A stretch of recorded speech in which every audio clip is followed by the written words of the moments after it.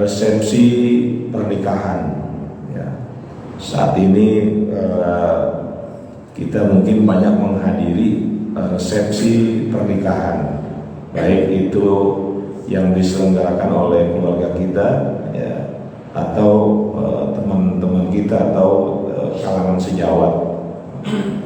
Jadi terkait dengan walimatul urus, ada beberapa ketentuan yang nanti akan kita bahas.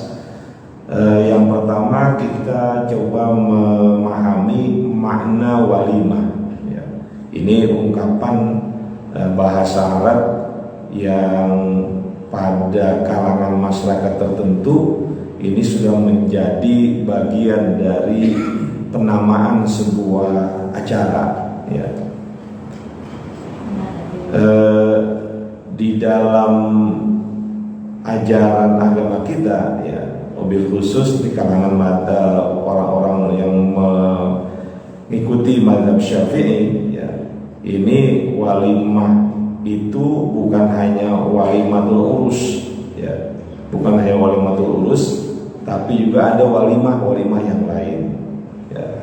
Bahkan dalam mazhab Syafi'i itu ada 10 walimah yang biasa dikenal dalam tradisi kehidupan masyarakat Muslim.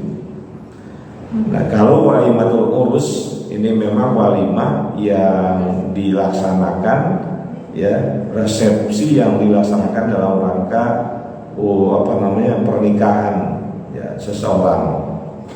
Sebetulnya ada lagi, seperti kalau kita diundang untuk tasyakuran atas kelahiran seorang bayi, itu namanya walimatul aqiqah. Ya. Kemudian ada lagi kalau kita menghadiri, ya, resepsi orang atau anak yang disunat, dikhitan, itu namanya walimatul i'dzar. Ya, walimatul i'dzar. Ada lagi kalau orang yang undang untuk pindah rumah atau menempati rumah baru, itu namanya walimatul wakiroh. Ya. Itu ada lagi kalau ada orang baru pulang dari perjalanan jauh, umpamanya baru pulang haji atau pulang umroh, dia mengadakan acara, itu namanya walimatun naqi'ah. Ya. Jadi begitu banyak ragamnya, ya, penamaan resepsi atas acara-acara yang diadakan di kalangan umat Islam. Nah, walimah itu sendiri secara bahasa dia maknanya ijtima, ya. Jadi berkumpul. Jadi walimah itu secara bahasa, ya, secara etimologi dia maknanya al-ijtima, ya, berkumpul. Karena memang kita kalau, ya, ada walimah, ya, kan kumpul semua itu, ya, orang yang diundang. Nah, sedangkan secara istilahi dalam makna fikih, ya, walimah adalah kullu ta'amin, ya, kullu ta'amin yutakhazu li sururin hadithin. Jadi setiap makanan, ya, yang disajikan karena atau dalam rangka kegembiraan, ya. Jadi ada suasana di mana ada kebahagiaan, maka di situ disajikan makanan. Nah, itu namanya walimah, ya. Dan memang umumnya bila mana ada walimah, di situ disajikan berbagai jenis makanan. Sehingga secara istilahi walimah itu adalah makanan, ya, yang disajikan karena ada disebabkan ada kebahagiaan bagi orang yang menyelenggarakannya. Jadi ketika ada yang menikah, maka orang yang menikahkan itu mengadakan resepsi, ya, ada makanan di situ, gitu kan, ya. Atau ketika ada anak yang dikhitan, maka diadakan tasyakuran, itu namanya juga walimah, gitu. Ya. Ada juga mungkin tadi orang yang baru pulang haji, maka dia tasyakuran, itu juga walimah ya itu. Jadi sebetulnya walimah itu adalah makanan yang disediakan ya karena adanya sesuatu yang membahagiakan. Kemudian wal walimatu sunnatun muakkadatun. Mengadakan walimah itu sunnah muakkadah. Jadi hukumnya bukan wajib, ya, hukumnya adalah sunnah. Ya, kadang ini ada kesalahpahaman dalam mindset masyarakat kita. Itu karena dia ingin mengadakan walimah, maka diadakan secara besar-besaran. Padahal kemampuan secara ekonomi itu tidak memungkinkan. Ya, boleh jadi akhirnya dia pinjam sana, pinjam sini, gitu ya, dalam rangka untuk bisa melaksanakan walimah. Padahal walimah itu bukanlah sesuatu yang wajib, dia itu hukumnya sunnah saja. Ya. Dan tidak perlu terlalu mewah, gitu ya. Maka Nabi mengatakan kepada Abdurrahman bin Auf, ya, beliau apa yang berkata aulim, ya, aulim walau bisyatin. Jadi laksanakanlah walimah walaupun hanya menyembelih 1 ekor kambing. Ya, jadi cukup gitu ya. Sehingga yang diundang ya tidak usah terlalu banyak gitu ya. Nah, cukup tetangga-tetangga ya kita mengadakan walimah. Sehingga memang pengeluaran yang dilakukan ya untuk walimah tersebut bukanlah pengeluaran yang tidak sesuai dengan kemampuan.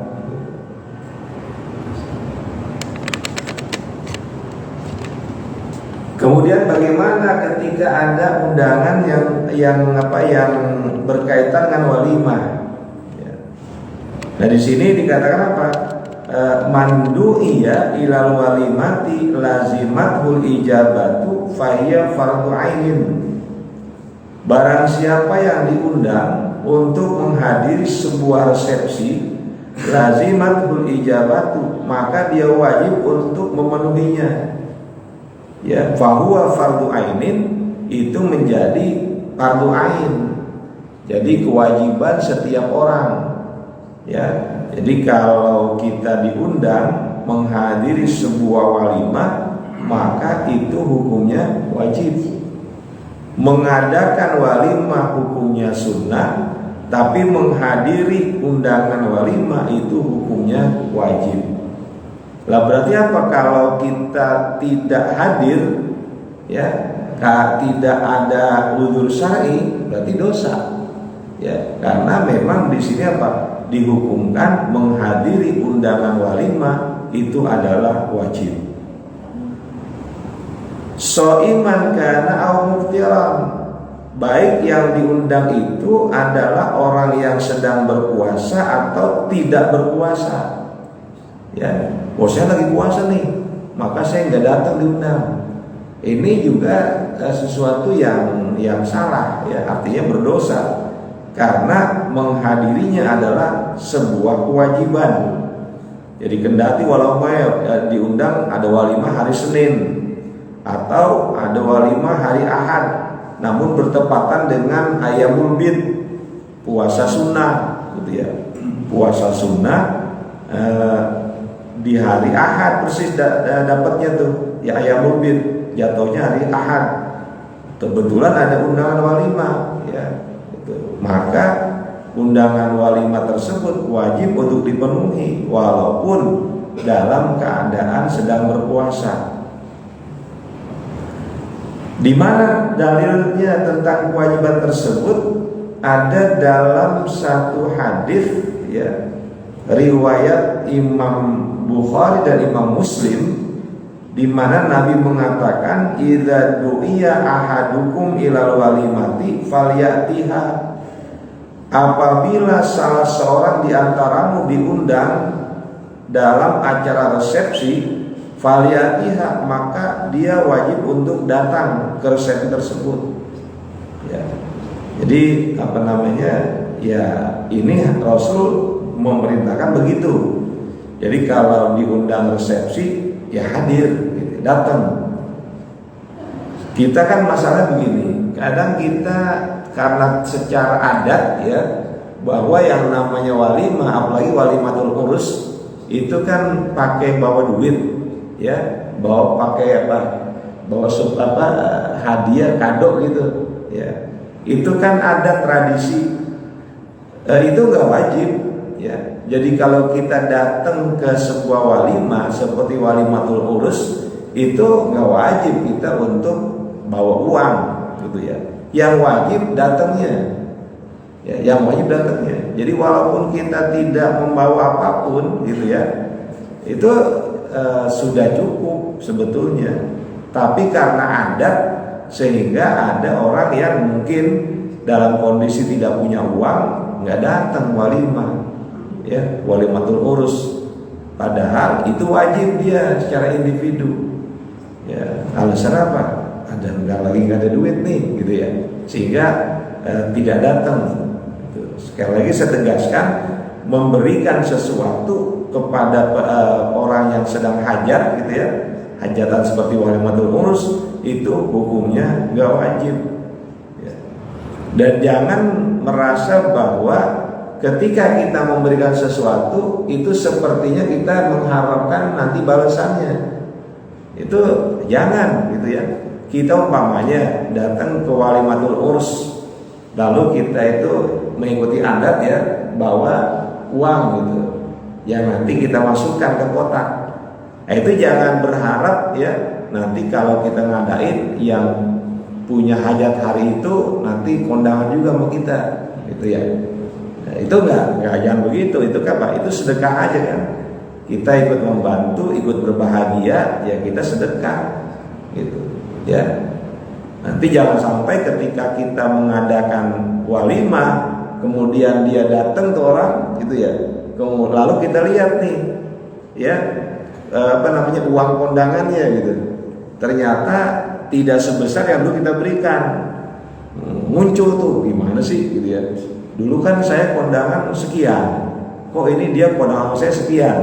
Nah, itu jangan dipersoalkan ya, karena itu bukan kewajiban, gitu ya. Ketika orang datang ya, lalu memberikan sesuatu, yaitu hadiah, ya hadiah aja. Ya, jangan seperti kayak orang memberikan hutang gitu, mesti diganti, gitu kan ya. Iya, mesti diganti. Dan dulu saya kondangan umpamanya 200.000, ya nanti juga balikannya 200.000 gitu. Ya, ini tidak begitu. Ya.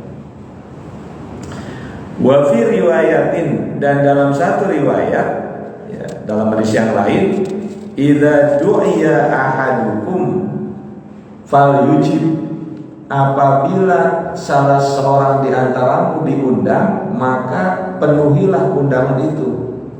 Fa in kana sha'iman falyusolli, kalau seseorang yang diundang itu sedang berpuasa, maka cukup dia mendoakan. Ya, dia datang memenuhi undangan, ya dia mendoakan kepada umpamanya mempelai. Ya, dia doakan itu. Atau kalau umpamanya sedang ada resepsi khitanan, ya dia mendoakan kepada anak yang dihitan, gitu kan ya. Nah itu kata Nabi gitu.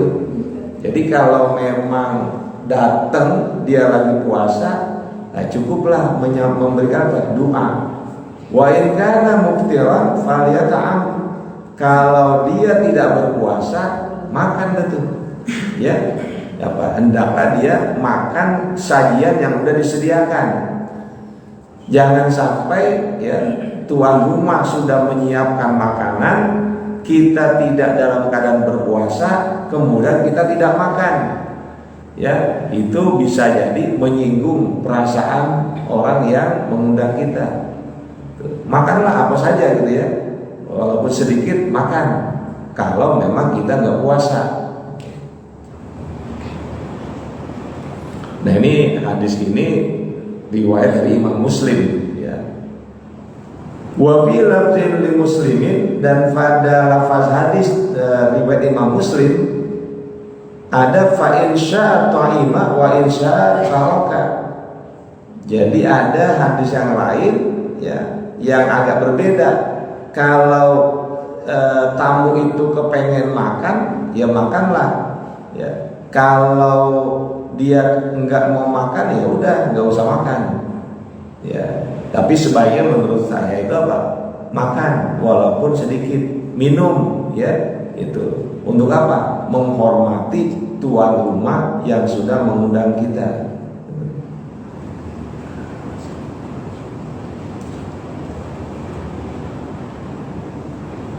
Fa idza hadara nudiba lahul aklu wa la yajibu. Apabila seseorang hadir dalam walimah, maka disunnahkan baginya untuk makan. Ya. Jadi sunnah itu makan, minum, hukumnya sunnah bagi orang yang diundang. Wala yajibu, dan gak wajib untuk makan. Ya. Jadi kalau kita datang kemudian kita karena sesuatu hal kita buru-buru langsung pulang, ya itu gak apa-apa, karena makan, minum di tempat walimah itu hukumnya sunnah. Karena sunnah berarti kita ketika makan minum di tempat walimah dapat pahala, kan gitu. Karena kan sunnah itu kalau dilaksanakan berpahala, ya kan, nikmat itu, makan juga, minum juga, pahala juga, ya. Fa in kana shaiman tatawuan, maka jika dia sedang berpuasa sunnah, walam yasyukku ala sahibil walimati saumuhu, dan puasa sunnah yang dilakukan itu tidak memberatkan si tuan rumah, fa itmamu shaumi afdalu, maka menyempurnakan puasa sampai maghrib itu hukumnya lebih utama. Ya, jadi mohon maaf nih, saya lagi puasa. Kata tuan rumah, oh iya nggak apa-apa, alhamdulillah udah datang, gitu ya. Berarti kan tuan rumah itu nggak gimana gitu ya, nggak merasa tersinggung, nggak keberatan, gitu. Ya. Tapi wa in syukra alaihi shaumuhu, kalau puasanya itu menyebabkan tuan rumah keberatan, ya. Jadi ya saya udah nyiapin makanan nih, gitu kan ya. Saya udah nyiapin, udah siap apa, udah sengaja nih menyiapkan buat ente nih makanan enak-enak, masa sih nggak dimakan? Ini kan berarti apa? Sohibul baitnya keberatan kalau kita itu nggak makan, ya. Nah kalau begitu kondisinya, fal fitru afdalu, maka berbuka ya itu yang jadi lebih utama. Gitu. Ya udah buka aja udah, kenapa? Karena tuan rumah kelihatannya kok kecewa gitu ya. Dia merasa apa? Saya udah masakin nih gitu, udah capek-capek, ya, kok nggak dimakan. Nah kalau udah begitu kondisinya, maka orang yang sedang puasa sunnah, ya bagusnya apa? Ya udah berbuka aja. Tapi kalau kita nggak diundang, ya ada resepsi kita nggak diundang, masuk aja makan, itu haram makanannya. Ya, wah ini ada nih lagi lewat bulan-bulan ini sampai nanti jelang Ramadan kan banyak pesta tuh, ya, kesempetan nih, ya, menghemat gitu ya, tidak perlu ke warung makan atau tidak perlu masak, datanglah dia ke tempat yang ada pesta, makan di situ, padahal nggak diundang, itu makanannya haram buat dia. Ya kenapa? Dia nggak diundang, ya, itu haram makanannya. Ini bukan nggak terjadi nih. Biasanya kalau di gedung-gedung pertemuan tuh, ya ada aja yang nyelinap, gitu ya. Kan, iya, kata tuan rumah saya siapin makanan sekian sesuai undangan, kok kurang gitu. Ternyata yang datang orang-orang yang memang nggak diundang, gitu ya. Nah, ini ya, makanan yang dimakan itu menjadi makanan yang haram. Wal ijabatu ila ghairiha min awalaimi sunnatun ala sahihi, dan kewajiban ya untuk menghadiri walimah selain walimatul urus, menurut pendapat yang sahih itu hukumnya sunnah. Jadi ada orang undang apa? Walimah khitan. Ya, dia itu menurut pendapat yang sahih sunnah aja. Jadi kalaupun nggak datang ya nggak dosa, gitu kan. Ini yang menjadi wajib itu adalah undangan walimatul urus, ya, undangan resepsi pernikahan. Itu kalau diundang wajib hadir, gitu, ya. Karena memang ada satu hadis, gitu ya, seorang sahabat ditegur itu, namanya Utsman bin Abi Thalha. Dia diundang untuk acara resepsi khitanan. Kemudian dia nggak datang. Ketika ditanya, kok ente nggak datang? Apa jawab beliau? Rasul itu nggak pernah, ya, nggak pernah mengadakan yang namanya walimatul khitan. Gitu. Makanya dia nggak datang. Ini pendapat dan mengatakan bahwa menghadiri undangan selain walimatul urus itu hukumnya sunnah saja. Para bapak dan ibu yang saya hormati, masalah kewajiban hadir dalam acara walimatul urus ini pun dengan catatan, ya, ada 6 syarat. Kalau 6 syarat ini tidak terpenuhi, maka kewajiban itu gugur. Ya, kita diundang nih dalam walimatul urus, teman kita ngadain resepsi pernikahan anaknya, ya. Kemudian karena wajib, ya, kita datang. Namun ketika kita datang itu ada sesuatu yang sebetulnya bisa menggugurkan kewajiban kita datang. Ya, ini apa namanya, kewajiban datang tersebut dalam walimatul urus ini harus terpenuhi syarat-syaratnya. Yang pertama syaratnya adalah Allah yahussa bihal agniya'a dunal fuqara'i, bahwa acara resepsi walimah urus tersebut, walimah urus tadi, itu tidak mengkhususkan kalangan orang kaya, ya, dan tidak mengundang orang fakir. Jadi ada orang ngadain walimatul urus, gitu ya, yang diundang orang-orang kaya doang, gitu. Yang diutamain tuh, ya, yang dispesialkan itu adalah orang-orang kaya, ya, orang-orang fakir kagak diundang. Maka ini orang yang diundang gak wajib datang, karena yang undang memilih, ya. Jadi orang-orang yang kaya aja diundang, yang orang fakir gak diundang, karena dianggap nanti ya makanannya mereka ya begini macam lah, ya, cara makanan sebagainya. Nah, ini berpedoman kepada hadis Rasul, ya, di mana dalam hadis riwayat Imam Bukhari dan Imam Muslim, Rasul bersabda, syarru ta'ami ta'amul walimati yud'a lahal aghniyau wa yutrakal fuqara. Ya. Jadi seburuk-buruk makanan adalah makanan resepsi yud'a lahal aghniya, ya, diundang untuk resepsi tersebut hanya kalangan orang kaya, gitu. Wa yatrukal fuqara, dan mengabaikan orang-orang fakir. Jadi dilihatlah, ini yang apa namanya, yang diundang orang-orang kaya semua, gitu ya. Orang-orang fakir itu gak ada yang diundang. Kalau walimah semacam itu, ya, menjadi tidak wajib hadir. Jadi nggak wajib menghadiri walimah yang memang hanya mengundang kalangan orang-orang kaya. Itu yang pertama tuh syaratnya.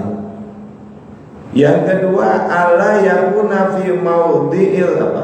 Yang kedua adalah wa ayyadu sahibul walimati fil yaumil awwali. Ya. Dan orang yang menyelenggarakan walimah itu mengundangnya di hari pertama. Umpamanya dia bikin acara itu 3 hari, ya. Nah, diundang, ya, itu untuk hari pertama. Nah, itu kalau hari pertama hukumnya wajib, ya. Kan kalau dulu tuh begitu tuh. Dulu orang pesta itu enggak 1 hari, ya, 2 hari, bahkan ada 3 hari gitu. Jadi kalau dia melaksanakan walimatul urus itu lebih dari 1 hari, maka yang hari berikutnya, hari kedua sunnah. Walaupun nggak datang, ya nggak apa-apa. Kenapa? Saya diundang di hari kedua, gitu. Karena diundang di hari kedua, maka walaupun dia nggak datang itu nggak berdosa, karena hadir pada hari kedua hukumnya sunnah aja.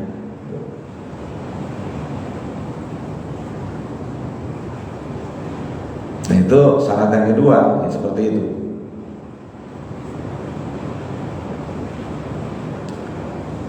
Kalau hari ketiga udah makruh, ya. Ada orang udah bikin pesta 3 hari, tapi dia diundang di hari ketiga, itu datang udah makruh. Jadi bukan lagi wajib, bukan lagi sunnah, tapi makruh. Kemudian syarat yang ketiga, wa alla yuhdirahu, ya, li khaufin minhu aw tam'an fi jahihi fa in da'ahu lidzalika fala tajibul ijabata 'alal mad'uwi.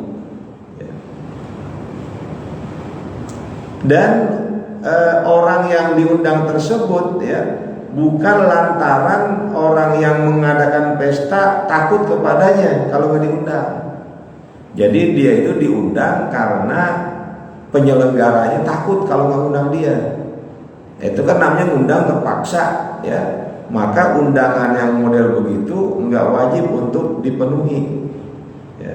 Jadi kalau dia undang kayak begitu tuh, ya. Atau dia undang semata-mata karena melihat pada jabatannya, ya. Jadi ini orang punya kedudukan, orang yang di masyarakat adalah orang yang sangat dihormati. Itu dia mengundang semata-mata karena itu, ya, bukan karena, artinya apa? Kalaupun umpamanya dia nggak punya jabatan, pasti diundang juga, gitu ya. Ya, umpamanya walaupun dia nggak punya jabatan, itu pun dia akan undang. Jadi dia mengundang orang tersebut bukan karena jabatannya, ya, tapi karena diundang memang, ya, dia kenal, gitu ya, dia punya hubungan, itu seperti itu. Ya, jadi jangan dilihatkan, wah ini Pak Wali Kota nih undang, gitu ya. Itu. Seandainya dia bukan wali kota, nggak diundang. Nah, itu kan begitu, undang karena apa namanya? Karena jabatan yang ada pada orang yang diundang. Ya. Nah, kalau yang begitu, artinya orang seperti diundang, ya, maka dia nggak wajib untuk memenuhi undangan itu. Jadi fala tajibul ijabatu 'alal mad'uwi, maka tidak wajib, ya, memenuhi undangan atas orang yang datang tersebut, ya. Itu syarat yang ketiga. Syarat yang keempat, alla yakuna fi maudhil walimati may yata'addal mad'uwa bihi ka'aduwin, bahwa di tempat tersebut, di tempat resepsi itu enggak ada orang yang dapat menjadikan dirinya yang diundang itu punya resiko bahaya. Umpamanya apa? Wah, dia tahu nanti di undangan itu ada musuhnya, gitu ya. Ada musuh, yang ada orang yang memang dapat membahayakan dirinya. Maka kalau dia diundang nggak wajib datang, ya, karena dia tahu ini yang sohibul bait juga dia berteman sama orang yang memang jadi musuhnya, ya. Nanti dia khawatir terhadap keselamatan dirinya, maka dia nggak wajib memenuhi undangan tersebut. Atau apa? Aula taliku bihi mujalasatu kal aradil, ya. Atau dia tahu itu bahwa sohibul bait mengundang orang-orang yang perangainya nggak bagus. Ya, umpamanya dia ngundang orang-orang yang apa namanya akhlaknya itu ya jelek lah gitu ya, maka dia nggak wajib hadir. Kalau dia tahu bahwa di tempat tersebut ada banyak orang-orang yang memang nggak pantas untuk dia apa namanya bersama-sama di situ, ya. Kemudian yang kelima, alla yujada munkarun fi mahalil walimati, ya, yaitu tidak terdapat sesuatu yang mungkar di tempat resepsi. Ya, umpamanya orang bikin pesta pernikahan anaknya, di pesta tersebut ada dangdutan, ya, dia nangkap dangdut tuh. Nah itu nggak wajib bagi dia, ya. Artinya apa? Kalaupun dia nggak datang itu nggak dosa. Kenapa? Karena di tempat walimah itu ada kemungkaran, atau di situ ada apa namanya film layar tancap umpamanya, ya, manggil hiburan, maka orang yang diundang ke acara resepsi itu nggak wajib datang. Bukannya nggak boleh, nggak wajib gitu ya. Kalau mau datang ya silahkan aja, tapi hukumnya menjadi tidak wajib, ya. Atau di tempat resepsi ada patung-patung, ya. Di tempat itu ada apa namanya dekorasinya tuh, dekorasi pernikahan ada patung-patung gitu ya. Ini pun yang diundang karena ada yang memang terlarang, ya, maka nggak wajib dia datang, ya. Dia nggak wajib datang. Kecuali begini, dia itu datang dan bisa menghilangkan kemungkaran, ya, itu boleh, wajib dia datang begitu. Dia yakin betul nih bahwa ini nanti saya akan apa namanya akan hentikan gitu, ya. Dia orang yang mungkin terpandang dia berani, maka dia wajib datang tuh. Ya, kenapa? Karena dia punya apa namanya punya kemampuan, ya, untuk menghilangkan kemungkaran tersebut. Karena dengan hadirnya beliau maka tidak ada lagi kemungkaran. Umpamanya sedang ada hiburan, ketika ada seorang alim yang datang, hiburan berhenti, gitu ya, berhenti tuh. Yang tadinya ada di panggung dangdutan, gitu ya, langsung apa? Berhenti. Kenapa? Ada ulama yang datang. Jadi kalau dia datang tuh hiburan berhenti, maka dia itu jadi wajib menghadirinya. Kenapa? Karena dia termasuk yang berjasa, ya, punya kontribusi untuk menyetop kemungkaran. Kemudian syarat yang keenam, ya, syarat yang keenam adalah ayyad'uhu muslimun, ya, bahwa yang mengundang dia adalah orang muslim. Jadi yang ngadain walimah itu adalah orang muslim, ya. Kalau yang mengadakan walimah bukan orang muslim, nggak wajib dia memenuhi undangan itu, karena dikhawatirkan di tempat tersebut, ya, ada yang namanya seperti minuman keras, gitu ya. Ya, ada praktek-praktek yang merusak, gitu ya. Maka dalam kondisi begitu, ya, orang yang diundang tadi nggak wajib untuk hadir. Ya, kalaupun hadir, ya boleh aja, bukan nggak boleh. Ya, ketika orang non Muslim mengundang kita, ya, untuk acara resepsi pernikahan keluarganya, ya kita boleh aja hadir, tapi nggak wajib, ya. Tidak wajib hadir.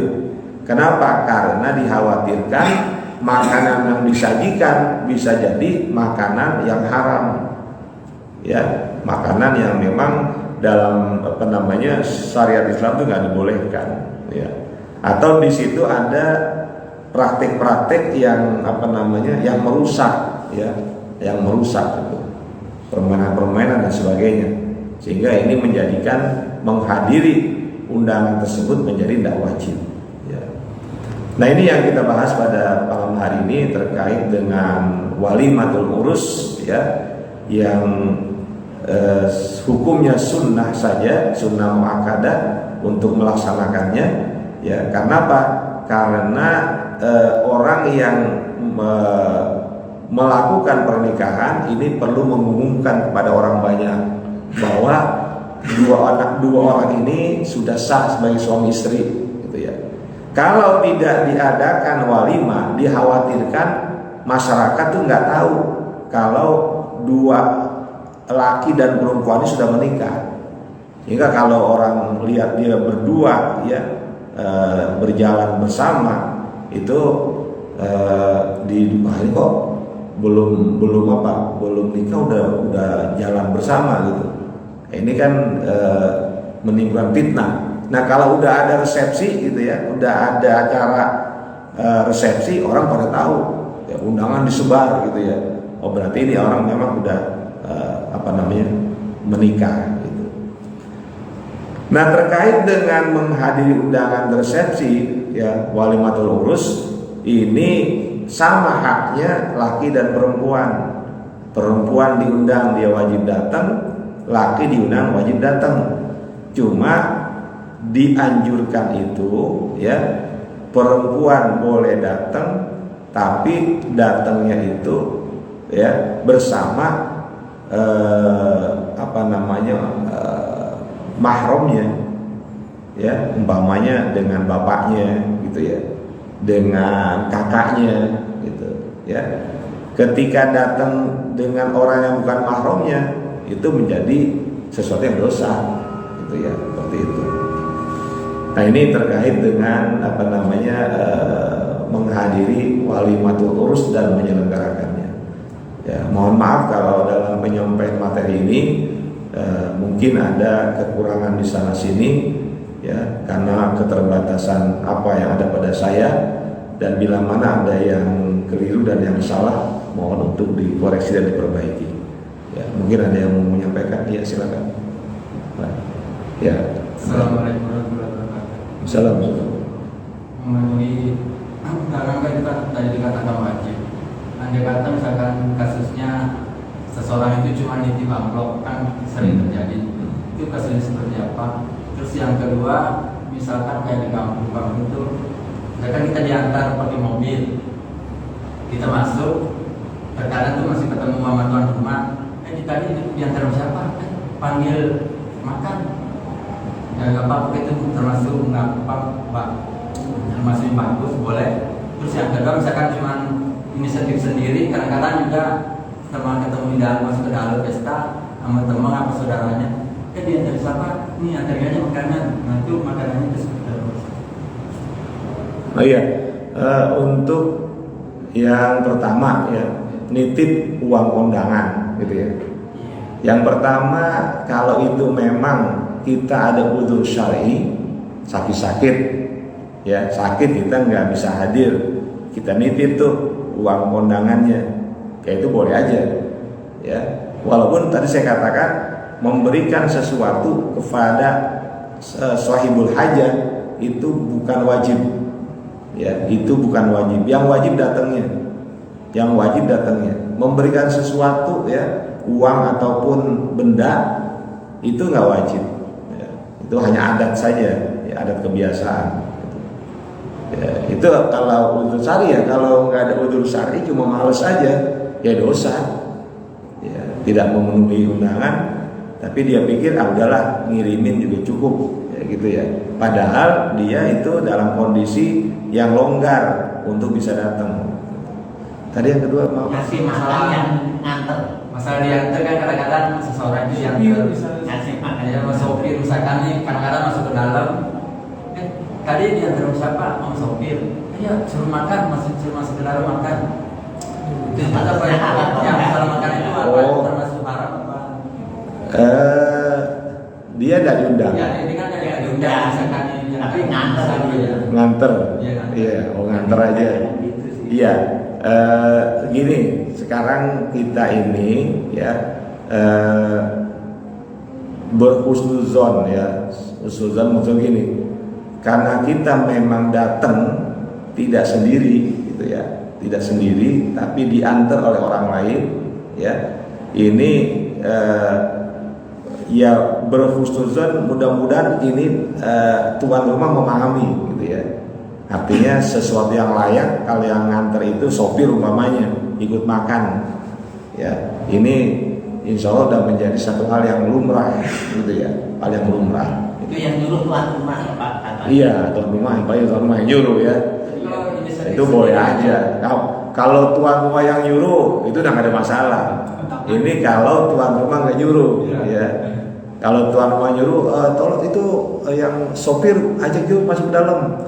Ya itu ya sangat bagus sekali. Ya, sangat bagus. Kalau tuan rumah itu dulu, nanti dia sedang undang itu. Ya, iya itu udah nyuruh ya undang. Iya. Kalau itu nggak ada masalah sama sekali. Jadi ketika sahibul bait atau sahibul hajat ada nyuruh masuk, ajak masuk gitu kan ya.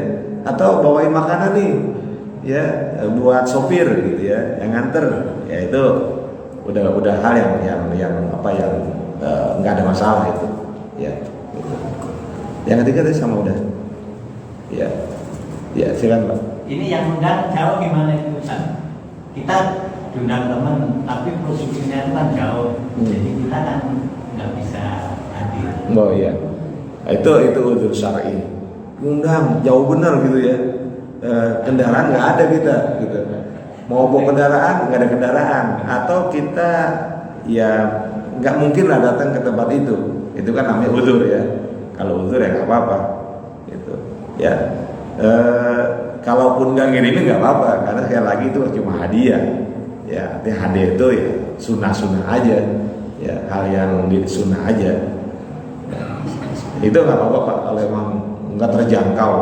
Atau kita mau datang hujan gitu ya, hujan lebat betul gitu ya, nggak datang, ya itu juga nggak ada masalah. Atau banjir. Yang undang itu, yang niatnya memang sebenarnya tahu kalau yang kita undang itu nggak datang, tapi niatnya itu untuk ngasih tahu.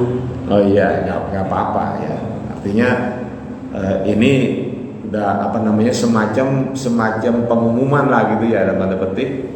Bahwa anak saya ini sudah menikah gitu, sehingga itu saudara yang jauh umpamanya pernikahan di Jakarta ya, yang diundang itu orang yang tempat tinggalnya di Bandung gitu, di Bandung gitu. Kan jauh tuh, yaitu mungkin yang undang memang bertujuan untuk memberitahu saja, iklam, jadi memberitahu bahwa anak ini sudah menikah.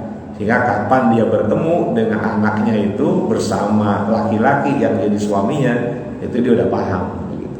Ya, itu gak ada masalah sih. Ya, baik. Sudah isya ya.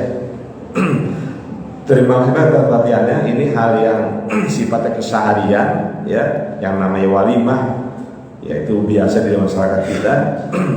Maka upayakan penuhi semua undangan ya yang sampai kepada kita ya. Seandainya tidak dapat kita hadir karena uzur syar'i, itu tidak menjadi masalah ya.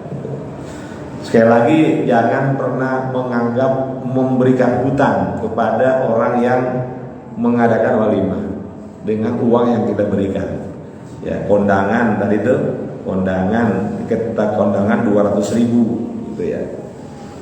Lalu karena kita punya nanti ada acara lagi, itu jangan mengharapkan uang 200.000 nanti dikembalikan lagi pada kita ketika kita mengadakan walimah ya. Jangan seperti itu. Jadi kita niatkan apa? Hadiah saja ya, hadiah. Ada adat yang seakan-akan kayak macam arisan, jadi waktu undangan benar terbuka acara. Iya, itu karena memang itu namanya penghormatan. Itu memang biasa tuh. Jadi kalau kita ngadain acara, ada orang ngasih tuh, kan dicatat tuh. Apa harapan nanti kalau dia ngundang, ya kita ingat dulu pernah dia ngasih hadiah. Ya, kan apa kata Nabi? Tahadu tahabu, saling berbagi hadiahlah kalian, maka akan muncul kasih sayang di antara kalian. Jadi yang begitu tuh, dia ngasih hadiah ke kita ngasih ke dia. Enggak apa-apa. Tapi jangan berharap aja, jangan berharap. Jadi kalau kita kondangannya 200.000, kita ngarepin nanti dia juga balikin 200.000, itu yang salah ya. Jadi ketika nanti dia kembalikan 50.000, ya itu, ya udah nggak ada masalah. Kayak itu hadiah kan, hadiah saja gitu. Ya.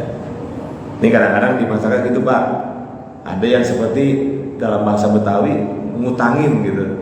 Ya, di kondangan berapa sekian, kayak ngutangin gitu. Nanti kalau dia ngadain acara, berharap itu juga segitu jumlahnya gitu ya. Dan nggak begitu harusnya. Jadi ini akan hadiah, udah kita mau kasih berapa kayak itu hadiah. Nanti kalau kita ngadain acara walimah, dia memberikan berapa, itu pun udah nggak ada masalah ya. Jangan menghitung-hitung seperti itu ya. Terima kasih banyak atas perhatiannya. Mudah-mudahan manfaat apa yang dibahas pada malam hari ini ya, walaupun hal yang lumrah, yang biasa, yang sudah umum kita laksanakan ya. Kita tutup dengan doa majelis ya. Subhanallah bihamdika asyhadu an la ilaha illa anta astaghfiruka wa sallallahu alaihi Muhammadin wa ala alihi wasallam walhamdulillahi rabbil alamin. Assalamualaikum warahmatullahi wabarakatuh.